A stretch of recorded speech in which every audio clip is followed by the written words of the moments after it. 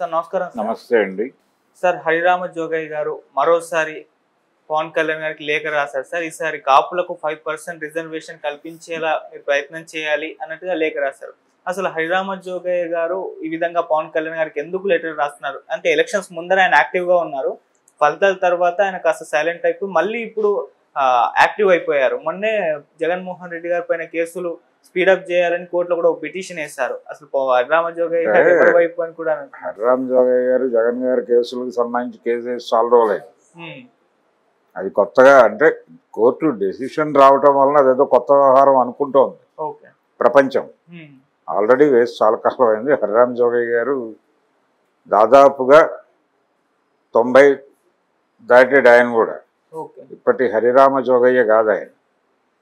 NT Ramarao గారు మొదటి క్యాబినెట్లో హోంమంత్రిగా ఉన్నాడు హరిరామ జోగయ్య.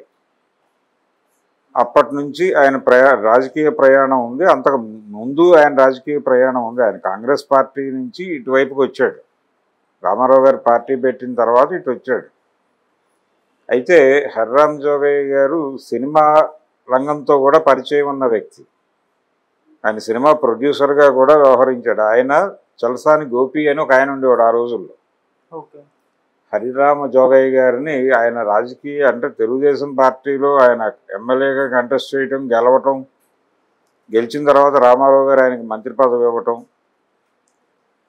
ఈ ప్రాసెస్లో ఆయన పేరు హరిరామ జోగయ్య అని ప్రపంచానికి తెలిసింది. కానీ అప్పటి వరకు ఆయన పేరు చేగొండి హరిబాబు. ఆయన తీసిన సినిమాల్లో కూడా అదే పేరు ఉంటుంది, చేగొండి హరిబాబు అనే ఉంటుంది. ఇలా ఆయన సినిమా రంగము రాజకీయ రంగము ప్యారలల్గా నడిచేది. చిరంజీవి గారితో కూడా సినిమా తీశాడు ఆయన ఎర్లీ డేస్లో. కుక్క కాటుకు చెప్పు దెబ్బ అని నెగిటివ్ రోల్ ఆ సినిమాలో ఆయనది.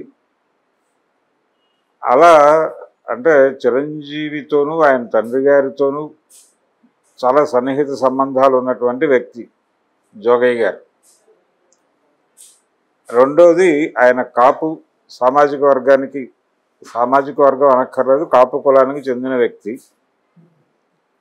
ఆయన ఈ చలసాని గోపి కమ్మ కులానికి చెందిన వ్యక్తి. వాళ్ళిద్దరూ కలిసి సినిమాలు తీసేవాళ్ళు. కృష్ణవేణి సినిమా వాళ్ళు తీసిందే, కృష్ణరాజు గారి. గోపీకృష్ణ మూవీస్ అనే బ్యానర్ వాళ్ళదే. కృష్ణరాజు గారు దాన్ని హైజాక్ చేశాడు హరిరామ జోగయ్య గారికి మోసం చేసి భక్త కన్నప్ప టైంలో. ఇలా తర్వాత ఆయన గోపి మూవీస్ అనే పేరుతో రామారావు గారితో కూడా గజ దొంగ అనే సినిమా తీశాడు ఆయన, చలసాని గోపి. అక్కడి నుంచి కొంచెం ఎన్టీఆర్తో రిలేషన్స్ మొదలైన అది రాజకీయాలకు కొనసాగింది. చిరంజీవి గారితో అడవి దొంగ అనే సినిమా తీసింది కూడా చలసాని గోపి గారే. అలా ఒక ప్రయాణం ఉంది చిరంజీవితో వీళ్ళకి. అలాగే రామారావు గారితో ఒక ప్రయాణం ఉంది, రాజకీయ ప్రయాణం ఉంది. ఆ తర్వాత ఈయన ప్రజారాజ్యం పార్టీ పెట్టినప్పుడు కూడా నేనున్నాను పెద్దవాడిని అని వచ్చి ఆయన కొంచెం పూసుకుని గొడవ చేసి గందరగోళపరిచి వెళ్ళాడు. ఇప్పటికీ ఆయనకి అదే అభిప్రాయాలు ఉన్నాయి. నేనే రాజకీయంగా చాలా చైతన్యవంతుడిని అనేటువంటి అభిప్రాయంలో ఉంటాడు ఆయన నిరంతరం. తొలి దశలో లేదు కానీ ఆయనకి ఈ కాపు ఐడెంటిటీతో ఒక లీడర్గా ఎదగాలి అని కూడా కాదు, నిజానికి కాపు నాయకుడిగా ఫోకస్ కావాలి అనేటువంటి ఒక కార్యక్రమం ఉంది. ఆయన వంగవీటి రంగా గారి హత్య జరిగినప్పుడు తెలుగుదేశం పార్టీలోనే ఉన్నాడు. ఆయన ఉమారెడ్డి వెంకటేశ్వర్లు వాళ్ళిద్దరూ ఈ హత్య కంటే ముందు వెళ్ళి ఎన్టీఆర్ని కలిసి, అయ్యా వారి జోలికి వెళ్ళకండి, ఏదో మేము మాట్లాడతాం, మా కులం మేము మాట్లాడతాం, అతన్ని కంట్రోల్ అవ్వమని చెప్తాం, మీరు దయచేసి ఎలిమినేట్ చేసేదాకా తీసుకెళ్ళకండి విషయాన్ని అని మాట్లాడారు వీళ్ళిద్దరు వెళ్ళి. ఆయన కన్విన్స్ కాలేదు, అది వేరే గొడవ. ఆయన ఒక మెలిక పెట్టాడు అప్పుడు వీళ్ళిద్దరికి. నేను వాళ్ళకి స్ట్రైట్గా చెప్పను, వాళ్ళు నాకు ఫోన్ చేస్తే చెప్తా అన్నాడు. ఎవరిద్దరు? చంద్రబాబు, కోడెల శివప్రసాద్. వాళ్ళతో రామారావుకి ఫోన్ చేయించడానికి వీళ్ళు ఏదో తిప్పలు పడ్డారు. అది అవ్వలేదు. ఫైనల్గా ఆయన చెప్పలేదు, వీళ్ళు వినలేదు, అక్కడ పని అయిపోయింది. రంగా గారిని ఎలిమినేషన్ అనే ప్రోగ్రాం విజయవంతంగా నిర్వహించేశారు. 1988 సంవత్సరం డిసెంబర్ 26 జరిగింది. అప్పటి నుంచి దానికి కొంచెం ముందు నుంచి కాపు నాడు ఏర్పాటు, కాపునాడు సభ ఏర్పాటు, అంతకుముందు ఎన్టీ రామారావు గారి మహానాడుని మించి జన సమీకరణ చేశాడు ఆయన రంగా గారు. కాబోయే సీఎం రంగా అని నినాదాలు ఇచ్చారు అక్కడ మహానాడు కృష్ణానదిలో జరిగినటువంటి మహానాడు సభలో. ఈ నివేదికలన్నీ ఎన్టీఆర్కి చేరాయి. అప్పుడు కూడా వీళ్ళు టీడీపీతోనే ట్రావెల్ అయ్యారు. అప్పుడెప్పుడు ఈ రిజర్వేషన్లు ఈ వ్యవహారాలు ఏం మాట్లాడలేదు. ఆ తర్వాత ఆయన కాంగ్రెస్లోకి షిఫ్ట్ అయ్యాడు. రంగా హత్యానంతరం కాంగ్రెస్తో ప్రయాణం చేశాడు. అంతకుముందు కాంగ్రెస్ మనిషి ఆయన, ఆ తర్వాత కూడా కాంగ్రెస్ మనిషి. ఈయనకి కేకే కేశవరావు వీళ్ళందరితోనూ సత్సంబంధాలు ఉన్నాయి. రాజకీయంగా సుదీర్ఘ అనుభవం ఉన్నటువంటి వ్యక్తి, కానీ ఆయన ఒక తరహా ప్రెజుడిస్కి, ఒక పరిమితులకి లోనైపోయి ఉన్నాడు. ఇప్పుడు వయసు చాలా పెరిగిపోయింది. అలాగే ఆయన ఆత్మకథ రాసుకున్నాడు. ఆత్మకథలో కూడా చాలా కాంట్రవర్షియల్ విషయాలన్నీ రాసుకున్నాడు. ఆయన లైఫ్లో ఆయన చూసినటువంటి, ఆయన అనుభవించినటువంటి విషయాలన్నీ. ఇప్పుడు ఏంటంటే ఆయన పూర్తి స్థాయిలో కాపు కులానికి ఒక పెద్ద దిక్కుగా ఎస్టాబ్లిష్ కావాలనే కోరిక ఉంది ఆయనకి. ఆల్రెడీ ఆ వాక్యూమ్ అక్కడ ముద్రగడ పద్మనాభం ఉన్నాడు నిన్నటిదాకా. మొన్న ఎన్నికల్లో కొంచెం అభాస్పాలయ్యాడు ఆయన. ఈయన కూడా అదే కండిషన్కి వెళ్ళేవాడు. ఈయన కూడా ముద్రగడతో చేతులు కలిపి పవన్ కళ్యాణ్ మీద దాడి చేయటం అనే ప్రోగ్రాం చేశాడు. ఆ టైంలో సాక్షి మీడియా ఈయనకు చాలా ప్రామినెన్స్ కల్పించడం కూడా మనం చూసాం జోగయ్య గారికి. సరే, కొంత వీళ్ళిద్దరూ నడుస్తున్నారు అటువైపు అని అనుకున్నారు, కానీ జోగయ్య గారు ఆగాడు మధ్యలో. ఆయనకి ఎక్కడో సీన్ అర్థమైంది, వైసీపీ విన్ అవ్వడం లేదు అనే విషయం. చాలామందికి 4 నెలల ముందే తెలుసు వైసీపీ రాబోవడం లేదు అని. ఆ క్లారిటీ పొందాడు ఆయన. ఆ క్లారిటీ పొంది సైలెంట్ అయ్యాడు. ముద్రగడ ముందుకు కొనసాగాడు. లేఖలు రాసేవాడు. అప్పుడు లేఖలు రాయటం అనేది మొదటి నుంచి ఉంది ఆయనకి. ఆయన టీడీపీ నుంచి బయటకు వచ్చిన తర్వాత కూడా రామారావు గారికి లేఖలు రాసేవాడు.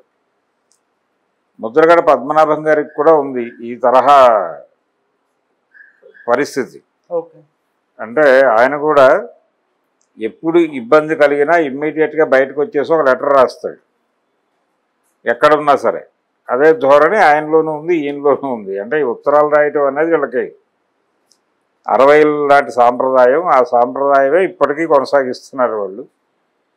అందులో భాగంగానే ఇప్పుడు కాపు రిజర్వేషన్ డిమాండ్ చేసి సాధించుకోగలిగిన పరిస్థితిలో నువ్వు ఉన్నావు. కాబట్టి ఇప్పుడు నువ్వు నీ కులానికి న్యాయం చేసి ఇమ్మీడియట్గా చంద్రబాబుతో నువ్వు చెప్తే అయిపోతుంది. నీ మీద డిపెండ్ అయి ఉన్నాడు ఆయన బీజేపీ మీద డిపెండ్ అయ్యాడు అంటేనే నీ మీద డిపెండ్ అయ్యాడని అర్థం. నువ్వు రాష్ట్ర ప్రభుత్వాన్ని మేనేజ్ చేయగలవు, కేంద్ర ప్రభుత్వాన్ని కూడా మేనేజ్ చేయగలవు.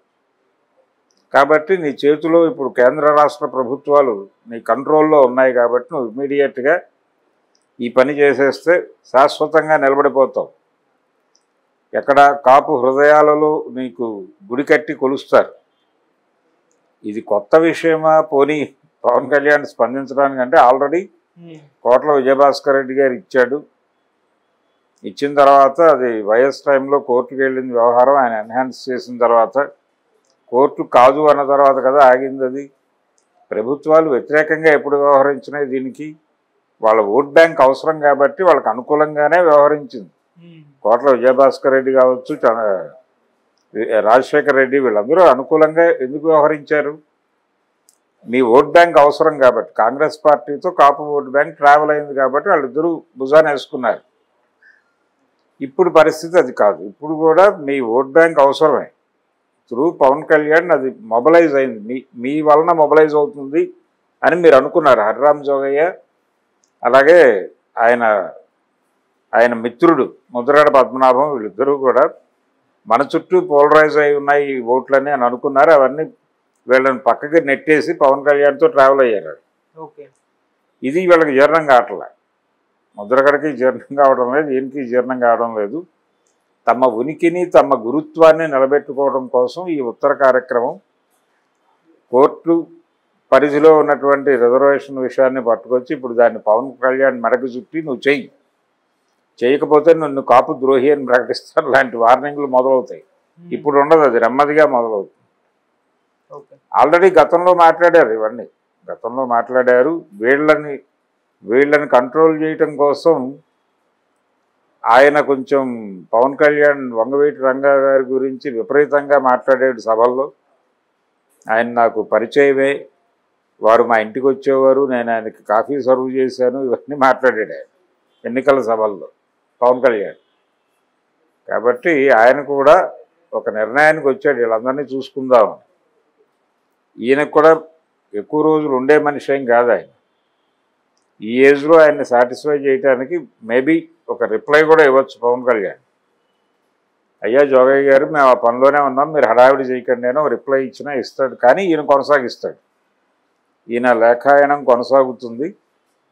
ఈ లేఖాయనం చివరి స్టెప్ ఏంటంటే అతన్ని కులద్రోహిగా ముద్రేసేటువంటి ప్రయత్నం చేస్తాడు. నిజానికి తెలుగుదేశం పార్టీని నువ్వు డిమాండ్ చెయ్యి, 2.5 సంవత్సరాలు జనసేన, 2.5 సంవత్సరాలు తెలుగుదేశం పవర్ షేరింగ్ చేసుకునేలాగా డిమాండ్ చెయ్యని ఎన్నికల పొత్తు ఖరారయ్యి కూటమి సీట్ల పంపకాలు మొదలయ్యే వరకు ఆయన ఉత్తరాలు రాస్తూనే ఉన్నాడు కదా, చూసాం మనం. నువ్వు కనీసం సీఎం అవ్వాలి, అసలు నిన్నే సీఎంని చేయాలి చంద్రబాబు అవటానికి వీలే లేదు అని మాట్లాడాడు ఆయన. చంద్రబాబుకి కూడా సన్నిహితుడే ఆయన ఆ రోజుల్లో. చంద్రబాబు కంటే టీడీపీలో ఈయనే సీనియర్ అప్పుడు. కాబట్టి చంద్రబాబుతో ఆయన మాట్లాడే యాక్సెస్ ఉంది, మాట్లాడగలడు. కానీ అదొక ధోరణి మనిషి ఆయన. అలా కన్ఫర్మ్ అయ్యి అక్కడే ఉండి ప్రపంచానికి తన పాత విషయాలన్నీ చెప్పి ఒక జ్ఞానాన్ని అందించాలి అనేటువంటి ఒక ప్రయత్నంలో ఉన్నాడు ఆయన. ఆ ఏజ్ తాలూకా సమస్య అది. అందుకని పవన్ కళ్యాణ్ దాన్ని ఏదో సీరియస్గా తీసుకుంటాడని అనుకోనక్కర్లేదు. ఇది ఇలా కొనసాగుతుంది, వీళ్ళిద్దరూ ఇంతే అనే టైటిల్కి ఫిక్స్ అయి ఉన్నాడు ఆయన. అందుకని వాళ్ళు కూడా కాస్ట్ కూడా పట్టించుకోవడం మానేసింది. అది ప్రూవ్ అయిపోయింది. మొన్న ముద్రగడ ఉన్నప్పటికీ ముద్రగడని పక్కన పెట్టి ఆయన కూతురు కూడా ఆయన మీద దాడి చేసిన సందర్భం చూసాం కదా. జోగయ్య గారి పిల్లలు లక్కీగా ఆ ఏరియాలో లేరు కాబట్టి ఆయన గురించి ఎవరు మాట్లాడట్లేదు. కానీ నిజానికి వెతికి పట్టుకుని మాట్లాడిస్తే వాళ్ళు ఏం మాట్లాడతారో కూడా చూడాలి. అది జోగయ్య గారి ఉత్తరాల వెనకాల ఉన్నటువంటి కథ. Okay sir, thank you so much. Thank you.